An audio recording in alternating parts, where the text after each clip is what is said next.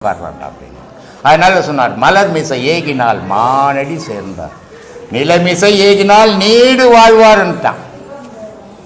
இறைவன் எவனுடைய இதயத்தில் குடிக்கொள்றானா அவனுடைய வாழ்க்கை நிரந்தரமா இருக்குண்டா. எவன் இறைவனை இதயத்தில் வைக்கலையே அவன் வாழ்க்கையே இங்கே இருக்காதுறான்ட்டான்.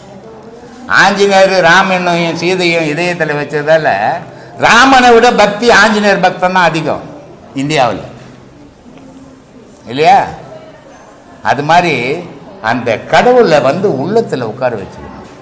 வள்ளுவ காலத்திலேருந்து எத்தனை ராஜாக்கள் இருந்திருப்பான், எத்தனை பணக்காரன் இருந்திருப்பான், எத்தனை ஜமீன்தார் இருப்பான். யாரை பற்றி நம்ம பேசுகிறோமா? ஆனால் வள்ளுவனை பற்றி பேசுகிறோம். சோறு இல்லாத இருந்தவன், சோறு இல்லாத சுற்றி இந்த பட்டினத்தாரை பற்றி பேசுகிறோம், பணக்காரனை பற்றி பேசுகிறோம், பட்டினத்தார் காலத்தில் இந்த ராஜாவை பற்றி பேசுகிறோம். ஏன்னா மகான்கள் அழிஞ்சதே கிடையாது, மனுஷன் அழிஞ்சு போயிடுவான்.